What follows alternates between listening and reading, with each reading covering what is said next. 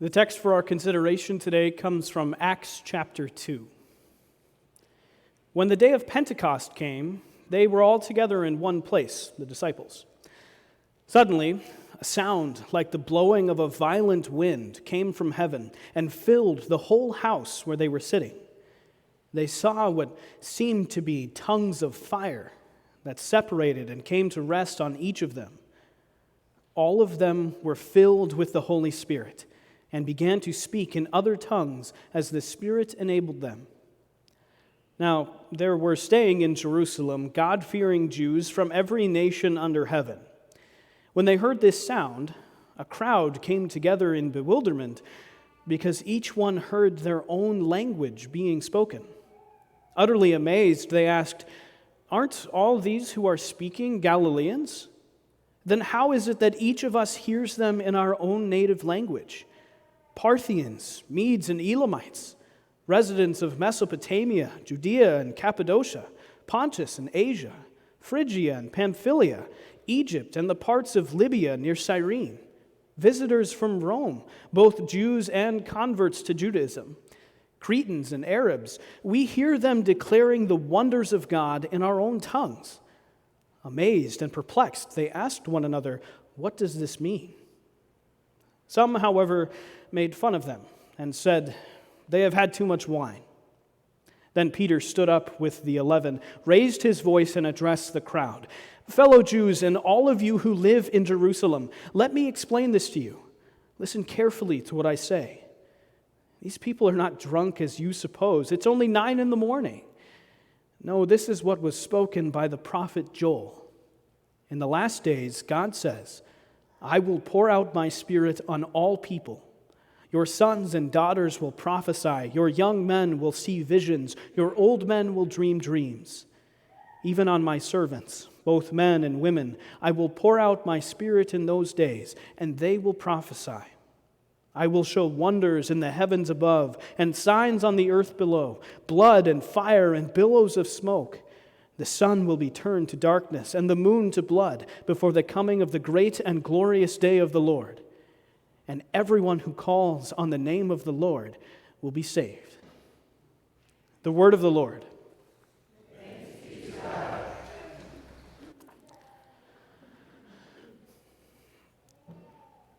When I first got to the seminary, my first job was at a fine dining restaurant. And I can still remember my first day as a part-time server. I was nervous.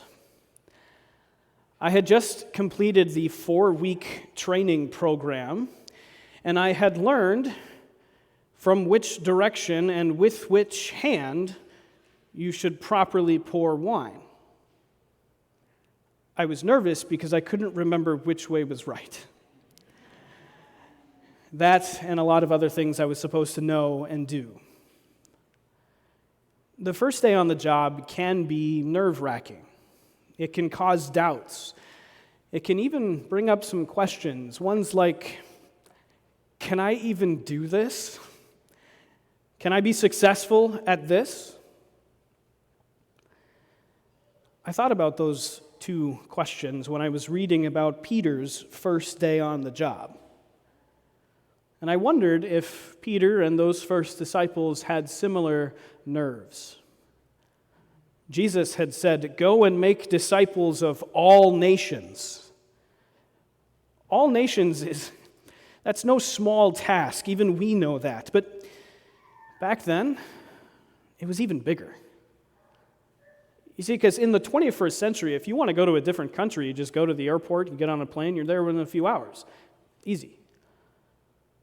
But for those first disciples, all nations was a bit more involved. If you wanted to go to a different country, you better start walking. And don't go by yourself. Find the nearest trading caravan because you were in this for the long haul and those roads were not always safe. The disciples had a nerve-wracking job ahead of them. What questions do you think were going through their minds on their first day on the job? What doubts might have come up? What reassurances did they have? On my first day at that restaurant, I had the wonderful benefit of a very patient and understanding and helpful manager. I survived. The disciples, well, they had somebody even better. They had someone who not only promised to be with them every step of the way, but someone who had promised to give them the exact tools they needed to do the job successfully. Because on this job, it wasn't going to be just them working.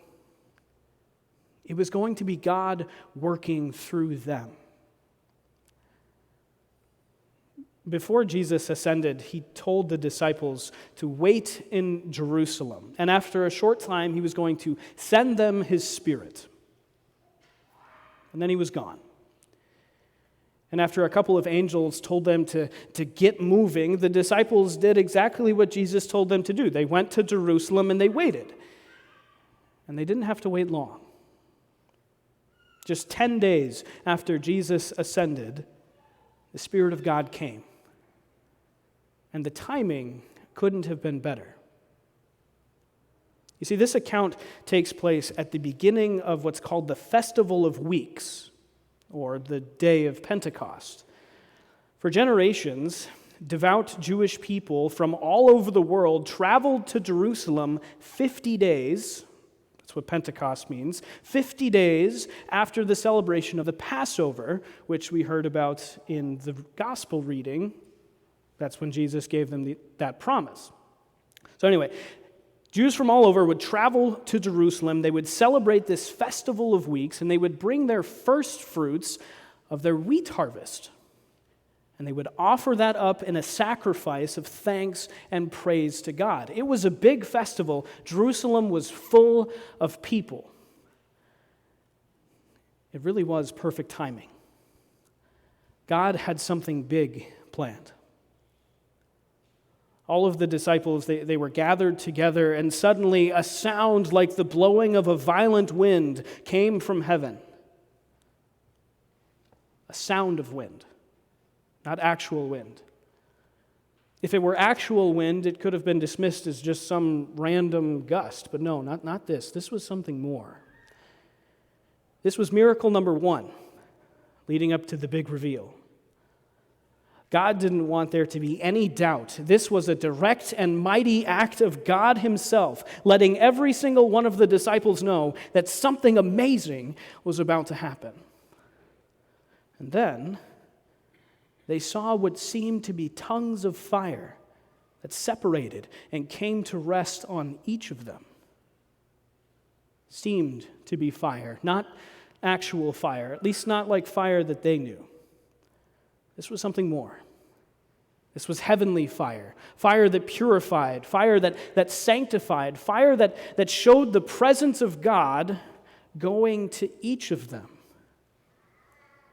This was miracle number 2, a direct and mighty act by God himself that let every single one of the disciples know that something even more amazing was about to happen to each and every one of them. The sound of wind. The sight of fire. These were just the beginning. They set the stage for the main event miracle, the point of Pentecost, the big reveal. All of them were filled with the Holy Spirit. Don't let the simplicity of that statement take away from its meaning. All of them were filled with the Holy Spirit. This was huge. Not only was it the fulfillment of Jesus' promise, which shouldn't come as a surprise because God always keeps his promises, but this was huge because it was proof that Jesus' work had accomplished the ultimate goal. Now God dwelled in the hearts of his believers. What once had been closed off and separated from God and decrepit, unable to be anywhere near God, was now filled with the Holy Spirit. who, just as Jesus had promised, would dwell and help and inspire. Who benefits from this main event miracle? The church. The group of all believers, the New Testament church that was born on that day of Pentecost. This miracle was the beginning of God exclusively working through believers to spread his message of salvation, the wonders of God, the gospel of Jesus. This was the beginning of God's word being shared with anybody and everybody. And God did it in a big way. He miraculously allowed this group of disciples to start speaking the languages of every single resident and visitor of Jerusalem. And what did they speak about? The wonders of God. Now this caught everybody's attention, and it drew a crowd of thousands. Why? What's the point? The point is this: the gospel is for everyone. No one is exempt. Before this, and before Jesus' earthly ministry, God's word had mostly been kept in-house within the Jewish nation. But now things were different. As part of God's master plan, the message of Jesus is shared with every nation, tribe, people, and language. What had kept people separated for so long, ever since God had separated them at the Tower of Babel back in Genesis chapter 11, their language, their culture, their upbringing, even their homeland, all of that. The point of Pentecost is this: the gospel overcomes it all.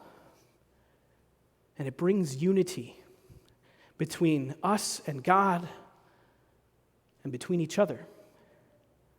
Because the gospel is for everyone. Brothers and sisters, that message is the same exact message that you and I have today, because God and his word, they don't change. You and I have that same job.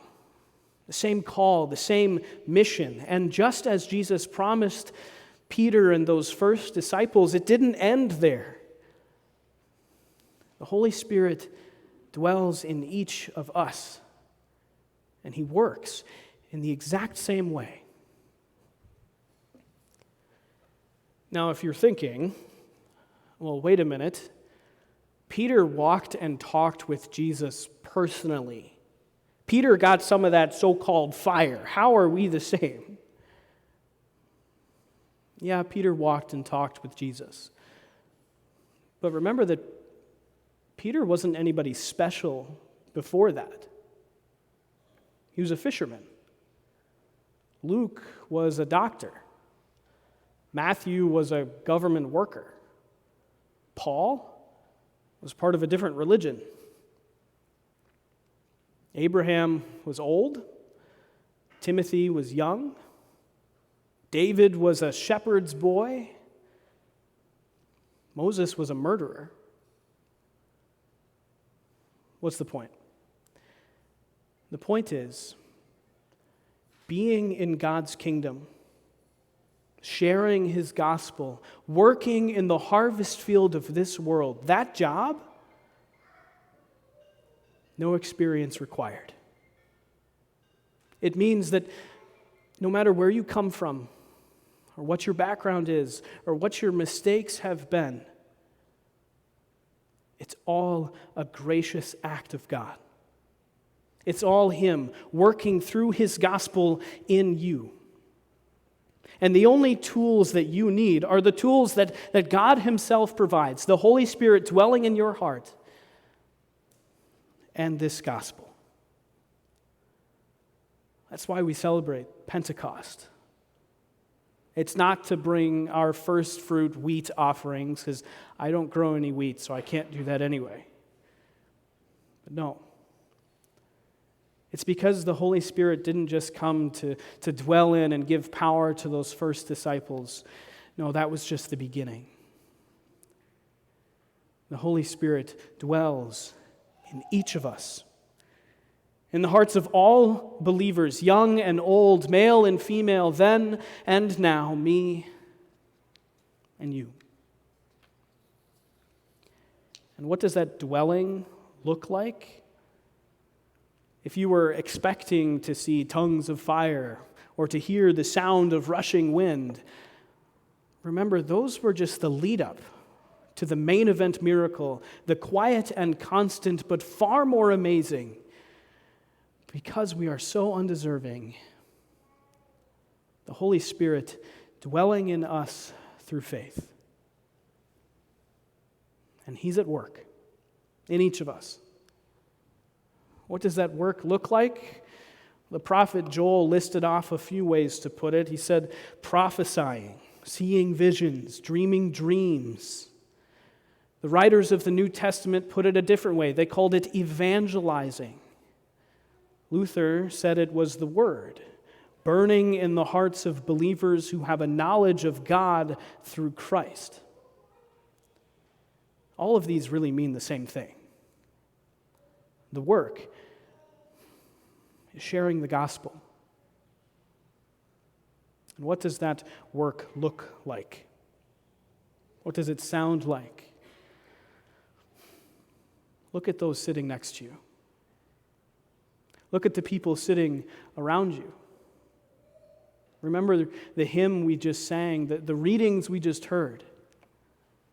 Think about the confession that we're about to make. Brothers and sisters, it doesn't get any simpler, and there's so much meaning to this. The Holy Spirit is at work in us as we worship our Savior, as we share and sing and shout His good news message. But there's work being done even outside of church on Sunday mornings. The Holy Spirit is at work when we comfort a loved one, when we reassure a grieving friend. He's at work when we live and laugh and love in the light of the good news message that we have come to cherish beyond all else. He's at work when we tell people that despite their brokenness, despite our own brokenness, Jesus, the only Son of God, came down from heaven, became fully human to live and to suffer in the filth that we've all come to know. The despair that we dread, the sadness we suffer, the failures we run from. He did all of that to come down and show His unfathomable love and to fix the brokenness of this world, the brokenness of our hearts and lives. He did it all to repair the relationship with God that we had shattered, and the relationship with each other that until now could never be perfect. This is the gospel. The big job is sharing it with our world. We might ask ourselves, can I even do this? Can I be successful at this? On Peter's first day on the job, he stood up and preached to thousands, and the Holy Spirit brought thousands to faith. You might be asking, how can I live up to that? But remember this.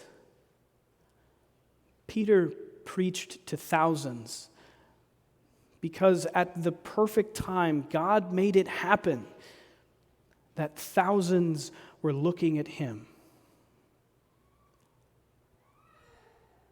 Who's looking at you? Whose attention do you have? As you stand with Peter and the 11 and the rest of those first disciples and all of God's people who came after them, as you stand on the rock-solid foundation of the gospel of Jesus, With whom will you share these simple but life-changing words? Christ is risen. He is risen indeed. Alleluia. Amen. Please stand.